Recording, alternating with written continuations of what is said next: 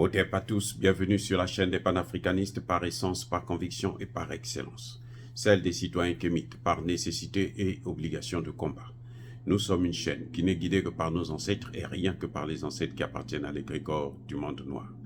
Par conséquent, nous ne croyons en aucun Dieu venu de l'étranger. Toutefois, cette vidéo n'est aucunement destinée à inciter à la haine ou à la violence, car nous menons un combat qui est d'abord et avant tout spirituel, intellectuel et démocratique.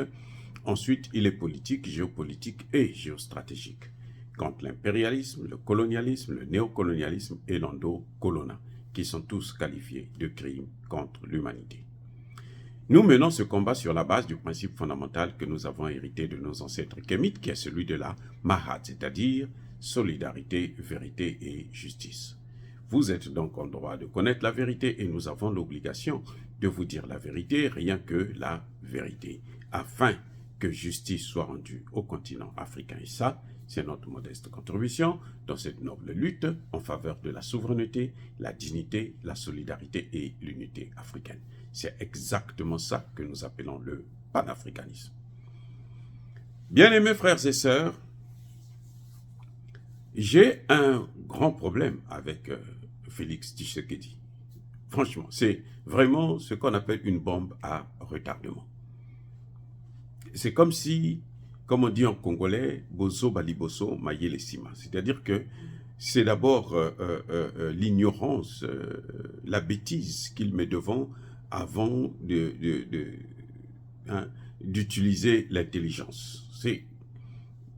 C'est incroyable. Il réfléchit toujours en retard. Les Nations Unies comptent 13 500 casques bleus, officiellement, parce qu'ils sont plus, ils sont plus. 13 500 casques bleus, ils sont au Congo depuis 25 ans, 24-25 ans, et ils ont 14 bases militaires, dans le Kivu seulement. Et les Nations Unies, ils exploitent les matières premières tranquillement. À plusieurs reprises, on a trouvé des voitures des Nations Unies en panne, et quand on regardait à l'intérieur, on trouvait des matières premières. L'or, le diamant, les ceci. Donc, ils prennent, ils s'en vont avec. C'est-à-dire qu'eux aussi, ils viennent se servir. En dehors de ce que les Américains, les Anglais, les autres pillent via le Rwanda, qui fait un travail formidable pour les aider à massacrer nos matières premières. Tshisekedi, c'est ça depuis très longtemps. Quand Tshisekedi est arrivé, c'est Tshisekedi qui a protégé la MONUSCO. Les Congolais avaient déjà décidé de faire partir la MONUSCO. Tshisekedi s'est positionné pour dire que non, ils n'ont rien compris, ils sont pas intelligents. Le peuple, là, c'est lui qui vient de voter encore pour lui, là, ils sont bêtes. C'est lui qui est intelligent. Vous voyez comment un homme devient ridicule. Bon, comme le ridicule ne tue pas en Afrique, ça c'est pas grave. Mais quand même, il faut reconnaître qu'il y a un moment où ce type-là, il faut qu'il ait un peu plus de lucidité. C'est lui qui est allé à la tribune des Nations Unies pour dire que les Nations Unies doivent partir immédiatement. Et ils avaient décidé que nous devrons partir vers la fin du mois en décembre. On va commencer à déménager pour repartir chez nous. Décembre est passé, nous sommes en janvier. On nous dit maintenant, Madame Bintou, je crois la Guinéenne, qui est la représentante spéciale du secrétaire général de l'Organisation des Nations Unies au Congo démocratique, vient de déclarer samedi 13 janvier 2024 qu'ils vont commencer à amorcer le départ à partir d'avril 2024. Donc, probablement, la fin sera fin 2024. Un plan bidon, encore évasif. En avril, ils vont faire partir 2000 soldats sur 13 500. 2000, c'est rien. 11 000, c'est déjà qui vont rester. 11 500, Ils ont toujours le temps de faire encore, se servir comme ils veulent. Et le problème, c'est comment Tshisekedi arrive toujours à supporter de voir les choses qui se passent devant lui. Les solutions sont dans ses mains, mais il ne les utilise pas. On dit, quand une mission est là, 1 an, 2 ans, 3 ans, 5 ans, il n'y a rien, c'est qu'il y a un problème. Vous avez vu les Nations Unies, ce qu'ils ont fait d'Haïti. Aujourd'hui, au moment où nous parlons, Haïti n'a aucune institution dite démocratique. Oui, il n'y a aucune institution légale. Haïti fonctionne sans gouvernement, sans parlement, sans rien. Ça, c'est le travail des Nations Unies. En tout cas, c'est après moi, parce que quand j'étais là, nous, on travaillait quand même. Mais après moi, c'est la catastrophe. Et Tshisekedi ne tire pas les leçons. Regardez son frère là à côté, le président burundais. Il a fermé la frontière. Dès la première attaque du Rwanda, il a vu, c'est le Rwanda, tout de suite il a fermé la frontière avec le Rwanda. C'est 5 ans après que Tshisekedi comprend que il faut fermer la frontière. La première des choses, là, un pays en train de t'attaquer, la première des choses, c'est fermer d'abord la frontière. C'est 5 ans après que Tshisekedi ferme la frontière avec le Rwanda. C'est maintenant. Il vient de fermer sa frontière aussi avec le Rwanda, parce qu'il a vu le Burundi le faire. Le Burundi l'a fait. Qu'est-ce qui est arrivé au Burundi? Au contraire, c'est une décision que nous saluons. En tout cas, moi, je soutiens ça. C'est vrai que c'est mauvais pour les populations qui malheureusement ont besoin, qui sont des frères et sœurs, et que bon, ils ont besoin de se fréquenter, mais pour des questions de sécurité, pour des questions de paix, vous êtes obligé de fermer les frontières.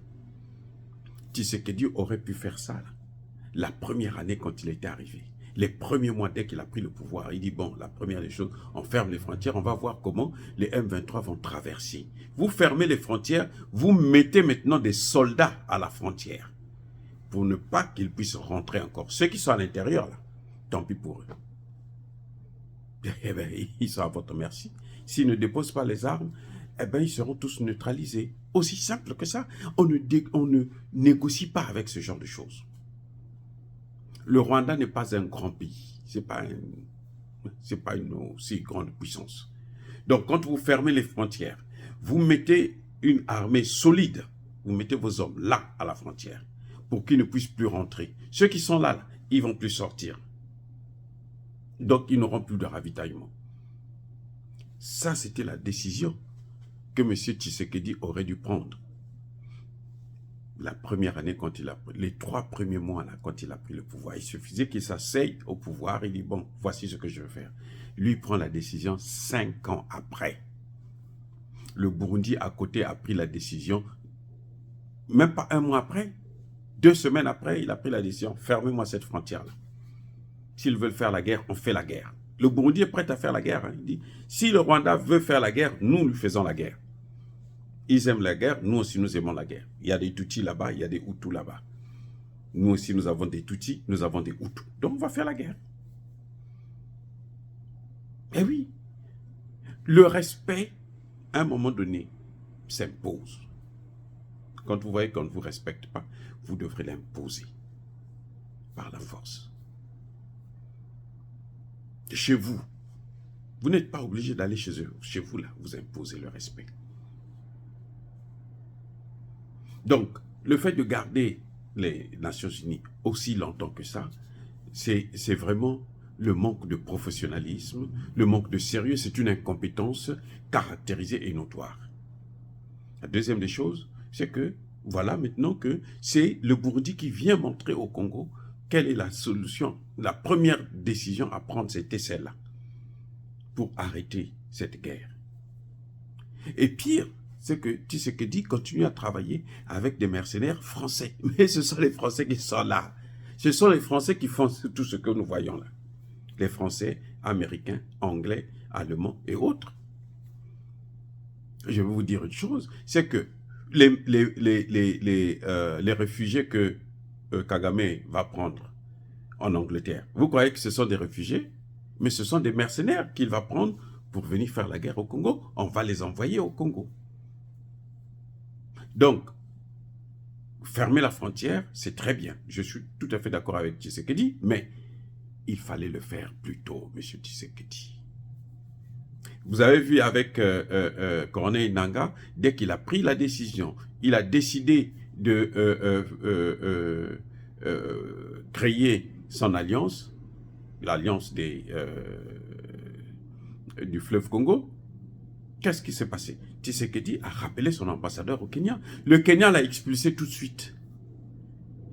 C'est comme ça. Vous êtes un État souverain, mais utilisez votre souveraineté.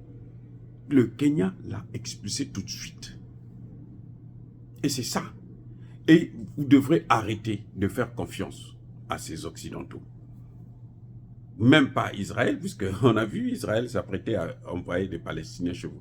Quand on les amène chez vous là, M. Tshisekedi, si vous avez négocié ça, c'est un accord. Ça, c'est un crime contre l'humanité, c'est une haute trahison. Quand ils viennent chez vous là, vous savez ce qui se passe? Ils vont y rester et puis vous créez les mêmes problèmes que les Rwandais sont en train de faire. Parce que les Rwandais, c'est Mobutu qui les avait amenés d'abord, et après, Kabila aussi les a amenés. C'est ça le problème. Les Rwandais que vous voyez là, ils sont venus, pour certains, ils sont venus normalement. Ils ont été invités par Mobutu. Et d'autres sont venus avec Kabila. Et puis voilà maintenant ce qu'ils ont fait comme dégâts. 15 millions de morts. Donc arrêtez, M. Tshisekedi, de dormir. Maintenant, vous êtes à une nouvelle... vous avez reçu un nouveau mandat, tant mieux pour vous. Mais j'espère que vous allez maintenant servir le Congo au lieu de servir les pays occidentaux avec ce laxisme vis-à-vis de Paul Kagame.